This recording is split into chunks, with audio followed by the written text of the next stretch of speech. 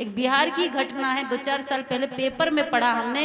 एक महिला को एक बेटी हुई, पहली प्रथम, तो पहली बेटा हुई या बेटी सबको खुशी होती, लेकिन 2 साल बाद फिर दूसरी बेटी हो गई तो पहली से थोड़ा कम खुशी होगी क्योंकि दूसरी भी बेटी हो गई। अब फिर 2 साल बाद फिर बेटा हो गया, बेटी हो गई तो खुशी रहेगी? बिल्कुल खुशी नहीं। तीसरी जब बेटी हुई तो ना उसका छठी हुआ, ना बाजा बजा, ना फटाका फूटा। आदमी फिर भी हिम्मत नहीं हारता, सोचता अब की नहीं तो फिर दूसरी बार में। तो तीसरी बार, चौथी बार में फिर बेटी हो गई तो अब दुख शुरू हो गया कि वो 4-4 गो बेटी हो गई। सोचा कोई बात नहीं, 5वीं बार तो नंबर लगेगा तो शायद हो जाए बेटा। अब 5वीं बार जब हुआ तो फिर बेटी हुआ। अब बेटी हुआ तो आदमी का तो माथा बिल्कुल गर्म हो गया कि क्या किया जाए, बहुत टेंशन में। सोचा कोई बात नहीं, फिर ट्राई किया जाए। तो 6वीं बार फिर जब हुआ तो वो भी बेटी हो गई। तो घर में तो ऐसा लग रहा था एकदम सन्नाटा छा गया, दुख की लहर छा गई बिल्कुल। घर कोई खाना पीना, चूल्हा भी नहीं जलाया जब 6वीं बेटी हुई तो। ना गांव के लोग कोई देखने आया कि छो बेटी हो गई, क्या देखने जाएंगे। लेकिन उस आदमी ने हिम्मत नहीं आ रहा। 7वीं बार जब बेटी हुई तो सारा गांव पड़ोस आदमी सब बोलने लगा, कौन पाप किए थे भाई जी कि आपके घर में 7 बेटी हो गई। तुम्हारी तो किस्मत ही फूटी है, तुम्हारा तो बड़ा दुर्भाग्य है, 7 गो बेटी हो गई। सारा आदमी जो घर के सामने से गुजरता सब भाग्य को और भगवान को कोसता कि भगवान अच्छा नहीं किया, एक गो बेटा तो दे देना था।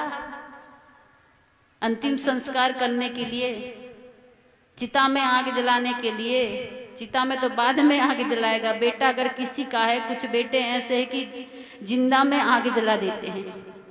ऐसे भी बेटा हैं कुछ जो मरने के बाद कहते हैं कि बेटा आग लगाएगा, वो आज जीते जी आग लगा रहा है।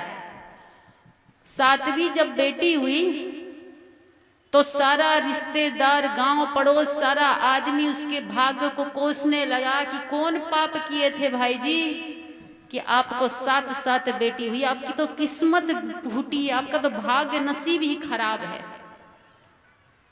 लेकिन बेचारा वो आदमी हिम्मत नहीं हारा। महिलाएं तो रोना धोना शुरू कर देती। एक महिला के घर गए थे, 5 गो बेटी थी, छाती पीट के रोने लगी, बेटी हो गई, एको बेटा नहीं। हमने कहा कोई बात नहीं, दे दीजिए, जितना देना दे दीजिए, पढ़ा लिखा के दे देंगे, फ्री सेवा है।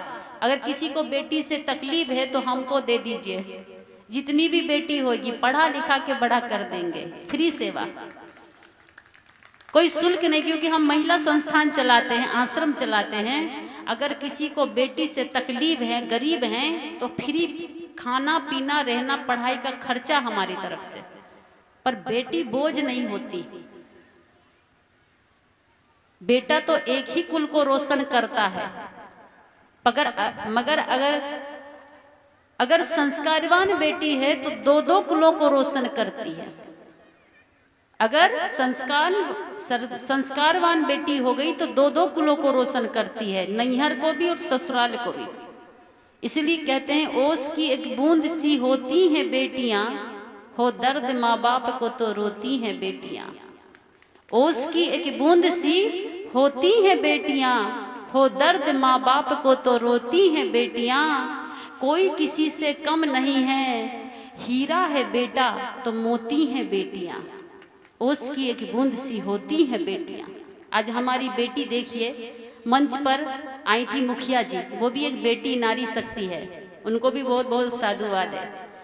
नारी शक्ति है, मुखिया जी है, वार्ड सदस्य हैं, समिति हैं, वो भी नारी है। और हमारे देश की राष्ट्रपति जो हैं द्रौपदी मुर्मू, वो भी नारी ही है। इसलिए नारी अपने आप को कम ना समझे, आप अपनी शक्ति को अच्छी दिशा में लगाइए तो आपकी दशा अच्छी होगी। आपके पास शक्ति है, आप दुर्गा हैं, आप लक्ष्मी हैं, आप सरस्वती हैं, आपके पास शक्ति है, आप अपनी शक्ति को अच्छी दिशा में लगाइए। साथ साथ जब बेटी हो गई उस आदमी की तो वो हिम्मत नहीं हारा, 7 बेटियों को अच्छी शिक्षा दिया, पढ़ाया लिखाया भैया, जमीन बेच के किसानी करके, और सातों बेटी पढ़ लिख कर कोई IAS बनी, कोई कलेक्टर बनी, कोई जज बन गई, कोई मास्टर बन गई, कोई वकील बन गई, कोई इंजीनियर बन गई। सातों बड़ी बड़ी पोस्ट में है। 5-6 लाख रुपया महीना एक एक बेटी कमा रही है। जब पेपर में सातों बेटियों का फोटो छपा, समाचार में हम देख रहे थे मोबाइल में, तो सारे गांव मिलके फूल का हार चढ़ाते हुए कह रहे थे कि कौन पुण्य किया था तो साथ साथ हीरा को जन्म दिया। ये संसार है, ये देर नहीं लगता कब हार चढ़ा दे और कब धूल चढ़ा दे, कब सम्मान कर दे कब गाली देने लगे। ये संसार है। बहुत लोग होता है हमको बड़ी जय जयकार करता है, बहुत आदमी बुराई गए, वो साधु बन गए, कोई काम नहीं है कि काम के डर से साधु बन गए। बहुत कहते हैं कि साधु बनना बड़ा सौभाग्य की बात है, संसार और जीवन के कल्याण के लिए बन गए। तो सब प्रकार का आदमी है, आप केवल अपना अच्छा कर्म करते चले जाइए।